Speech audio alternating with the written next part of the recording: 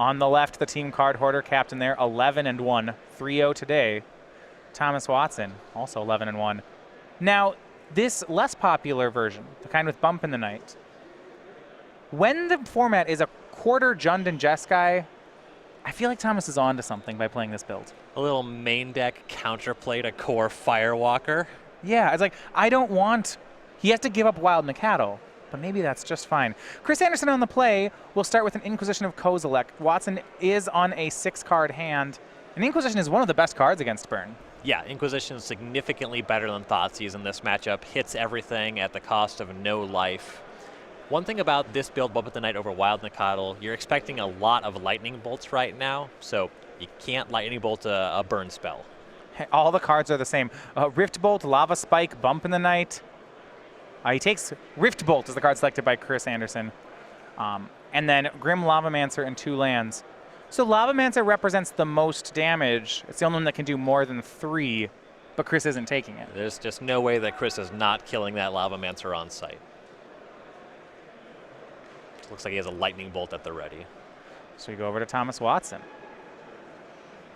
Starts by fetching for Blood Crypt down to 17. And for Chris, winning the die roll, definitely big in this matchup. The Burn player mulliganing to 6. That's going to help him a lot, and his hand looks to be quite good on top of both of these factors. Watson with Grim Lavamancer. Let's see if that bolt happens. It does. Chris plays Raging Ravine. And you know, here's what I love about Chris's start. Blackcleave Cliffs, Inquisition of Kozilek, Raging Ravine, no damage from any of his own cards. Pain-free mana base. This is modern. There's no price of progress to punish that start. Eidolon of the Great Revel from Thomas Watson. Chris will take his first damage. He casts Scavenging Ooze, but I feel like that's a pretty good one for Chris as well. Yep, already one creature in the graveyard to start gaining life. It would be really bad if Watson were to peel a Searing Blaze here. 4 copies in the main deck. Thomas plays land number 3. Now going to go to work. Chris left Thomas with Bump of the Night and Lava Spike. Great cards, but none of which can remove the Scavenging Ooze. Yeah, and with these burn spells just going upstairs, that Eidolon is going to be costing Watson.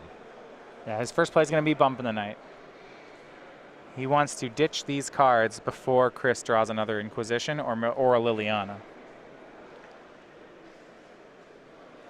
So 3 damage to Chris, 2 damage to Watson. Worst case scenario for Watson is if a Chris untaps, has an untapped land, and cast Kalitas. No damage off of the Eidolon and a 4 toughness lifelinker. So Thomas played Bump in the Night, but hung on to Lava Spike there. He wants to leave up the red mana.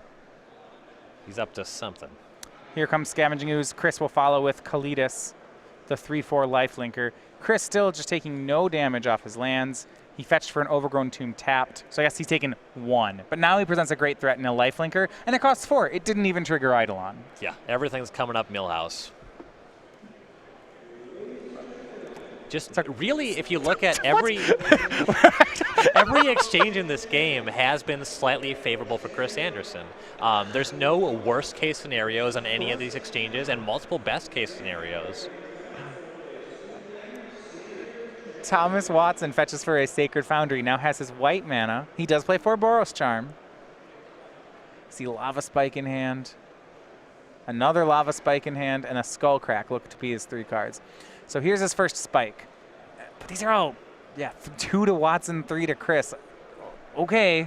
Yep. That's what we do. Chris goes to 11, Thomas goes to 10. He's losing the race just in terms of sheer damage output. It's not Right. even factoring in the lifelink on Kalitas. Swing from Ooze and Kalitas. That's a swing for 5. Now Thomas does have a Skullcrack to stop that life gain. And he's going to have to play it here. So Skullcrack. Thomas takes 2, goes to 8 off the Skullcrack.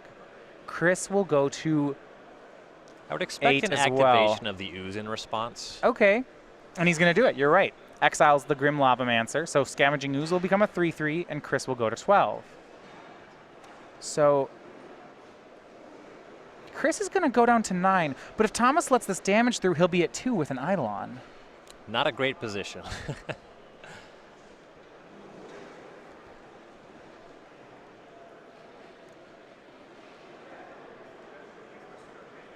Thomas goes to, it looks like 4, was it? Yeah, he takes, yeah, and that's not going to be enough. Game 1 to Chris Andersen. So John taking game 1 from Byrne, a feather in his cap there as now he gets to sideboard. Yep, things are going to get quite a bit better post sideboard here. And yeah, Byrne really wants to win game 1 in this matchup. Minimally, winning the die roll would have been a huge win. That would have changed the texture of the game. But Chris just kind of had all the things that he needed to go right, and that game really wasn't even particularly close. Chris Andersen just made short work of Watson. All right, well, for Chris Andersen, the captain here of Team Card Hoarder, formerly Team Lotus, if you're familiar as well, some personnel switches, but one of the newer players on newer teams here on the Pro Tour, or on the SCG Tour, apologies, and one of the strongest teams, really. Yes. 7 players here. For him, the player from Bloomington, Indiana, or Indianapolis, now in Bloomington, 18 open top 8s. The 26-year-old has an open win and an invitational top 8 to his name as well. He started playing Magic at age 4, so been in this a long time. And one of the things I really like about Chris as a player, not only is he concerned with his own play, but he is one of the biggest mentors here on the tour. Yep, the honorary oldest Kiefer kid definitely has taken them under his wings. Yeah, all 3 of the Kiefer kids on Team Card Hoarder Academy. Yep. And 9-time Hearthstone legend, so expands his domain into other collectible card games as well. One more win, and he should get that 19th open top 8. That is a huge number. Yeah, no kidding. All right, we're going to look at the sideboards then. So for Chris Andersen and his Jund deck, things almost always get better out of sideboard. 3 Fulminator Mages, 2 Kitchen Finks, 2 Graph Digger's Cages, and then a whole host of different 1-0s. What do we like here? Big hits here, 2 Kitchen Finks. This is among the best cards against Byrne in Modern. As far as cards that are just good on their own, that also just wreck Byrne, this is the card. The Copy of Duress, another pain-free discard spell, especially against this creature light version. Duress is just going to pick apart most hands, and then Disfigure will kill any creature that Watson is casting. Yeah, and how good was that Inquisition of Kozilek? Just game 1, nabbing a pain-free nabbing a burn spell from Thomas. Yeah, off of a Black Cleave Cliff, so is just gain 3 life. All right, Thomas Watson sideboard got a Rending Volley, 3 Ensnaring Bridges, 2 Path to Exiles, 2 Stony Silence, a Dragon's Claw, a Graph Digger's Cage, a Skullcrack, a Core Firewalker, and 2 Wear Tear.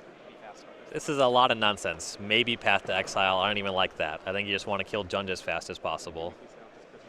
All right, Chris is going to be at least on a 6-card hand. And if you are interested in Modern and watching Modern this weekend, head on over to StarCityGames.com. We have our weekly sale. That's been going on all summer. Different thing on sale every week, and it is 15% off select Modern singles this weekend. So Tarmogoyf, Dark Confidant, Abrupt Decay, you see them on your screen. It's like we want you to play Jund right now or something.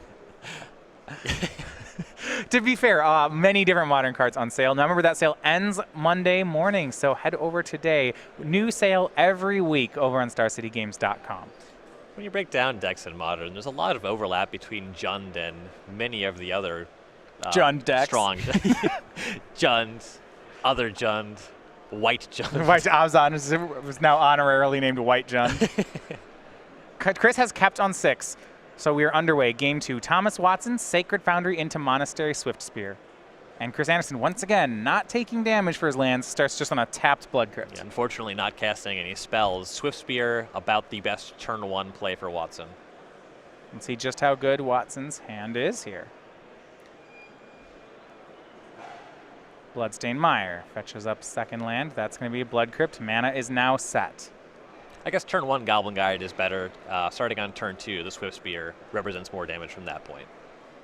Bump in the night. Chris down to 16. Swift Spear prowesses. Lightning Bolt. Chris down to 13. Swift Spear prowesses. Chris down to 10. Turn 2. Not even going to try to play to the table this time. Yeah, I love using the Lightning Bolt as early as turn 2. I love it. Let's not pretend that anything else is happening this game. So Chris, another tapped land as we go back to Watson. And he's drawn Goblin Guide. These creatures have a very short lifespan in this match. Yep. The Swift Spear has already done its job. Right. It's been a 4-point burn spell. So here's Goblin Guide. Thomas has more. All right. Fetches with Arid Mesa. I believe he has Boros Charm in hand. That maybe just be in main phase to trigger the prowess. Yeah, definitely not worth trying to use the indestructible mode. Looks like Searing Blaze is the last card. So he'll Boros Charm Chris down to 6. This will put Chris to 2. Trigger, Tarmogoyf. All right. Does Chris have a Lightning Bolt? Nope. No. All right. That one's quick and easy. On to game 3. Yep. Chris on the play this time with his improved sideboard configuration. This is going to be very close. I think the margins in this matchup, it's a Jund deck versus a different deck, right? Pretty close to about 50-50. He has the best potential cards, though the range is wide enough where Burn can win a significant number of these games. Specifically, things go like game 1, things are certainly going to go Cran's way, though if Watson's able to keep a strong 7-card hand, and if his spells just line up good against what Chris is trying to do, say Chris is on Lightning Bolts, Watson's on all Burn spells, or Chris is on Duress Inquisition and Watson is able to get some creatures in under that, this could really easily go for the Burn player. Looking for highlights from the weekend. Strategy articles from exclusive SCG writers and players on the tour. We have the Star City Games newsletter. Comes out every month. That one's free to sign up for. We're going to go right to the match here, though. Chris Andersen and Thomas Watson, game 3. Chris this time on the play starts again on Black Cleave Cliffs. He's taken next to no damage from his lands all match. Smells like a lightning bolt. Here's Goblin Guide. Does Chris draw a card? No, but he does bolt away the Goblin Guide, so stays at 20 as we start turn 2. This is reminiscent of game 1 so far. Land and pass.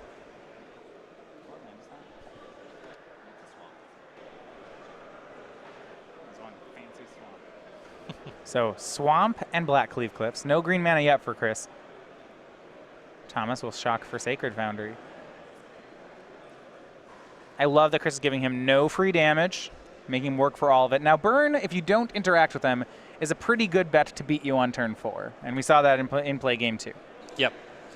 You just have to get a combination of 7 spells all doing 3 damage. What we have seen happen, though, the Goblin Guy did not do his job. It connected for 0 damage, and Chris played an untapped land for free. So he's at a little bit of a deficit on that front. A Blood Crypt from Chris, and he passes. Thomas end step Boros Charms Chris. And now he plays Swiftsphere on his 3rd turn. What's interesting is that I believe both players know the top card of Chris's deck from that Goblin Guide was a Disfigure, and that Chris has drawn it. Yep. So we get to have this game of cat and mouse, of Swiftsphere, Disfigure. Or how about Lightning Bolt? Oh, okay. Well, that one's going to be tougher for Thomas to prowess through. He'd need, what, a pair of Lightning Bolts? He has a Boros Charm in hand. If he was feeling particularly feisty, he could make it indestructible, though there's no way that's the play. I believe he's leaving up Skullcrack as well, so he can stop something like a Kitchen Finks from gaining life for Chris here. Big draw here from Chris. He did not have the green mana source, but now draws it for the turn and fetches for basic forest. So staying at a healthy 14, Chris has made his way to 4 mana, and now he's going to look to turn the corner. Here's Kalidas. Thud. The 3/4 lifelink. Watson does have Skullcrack yet. So Chris has to get away around that. Depends what the damage output is for Watson on the next turn. Watson has a Boros Charm in hand, and there is a 2nd Sacred Foundry in his deck if he wanted to cast it.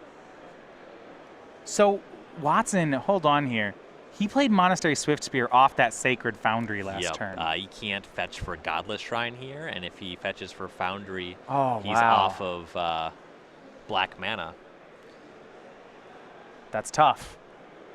Some missed damage. I mean, the card's still in his hand, so it's not missed damage, but he may wish that he had played that a bit differently. Right. Eidolon of the Great Revel from Thomas is his only play, so we go back to Chris Andersen. He attacks with Kalidas, the 3/4. With 2 fetch lands up, if Watson wants to Skullcrack this, is going to cost him some life. Watson blocks with Eidolon of the Great Revel. Chris will gain 3. Eidolon should be exiled,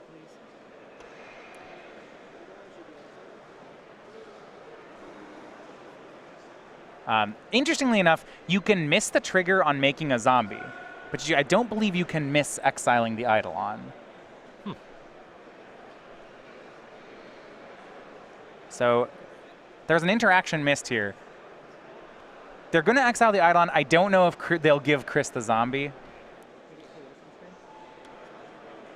That is curious. Though with the lifelink connecting this turn, I think the damage is done from that combat. Actually, it's all a replacement ability. We're going to correct here.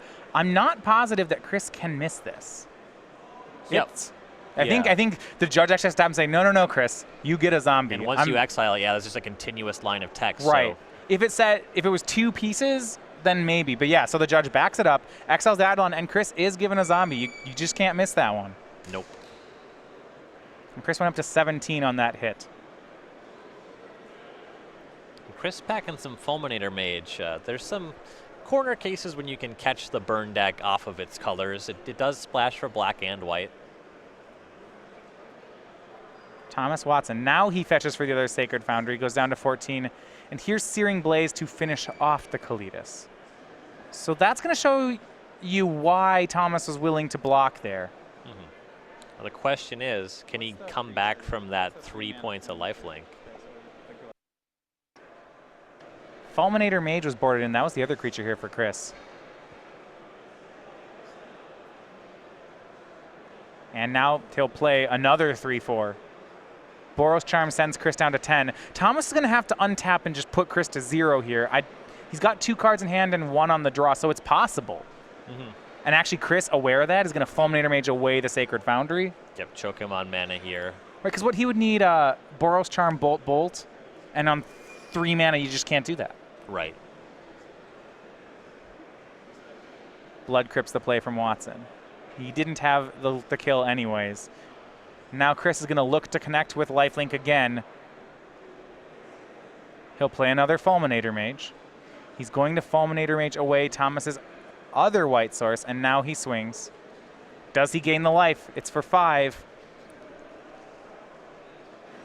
He does. Watson to 5. Chris Andersen up to 13, and the life total is pulling out of range for the burn player. Yeah, that connection just has to be game over.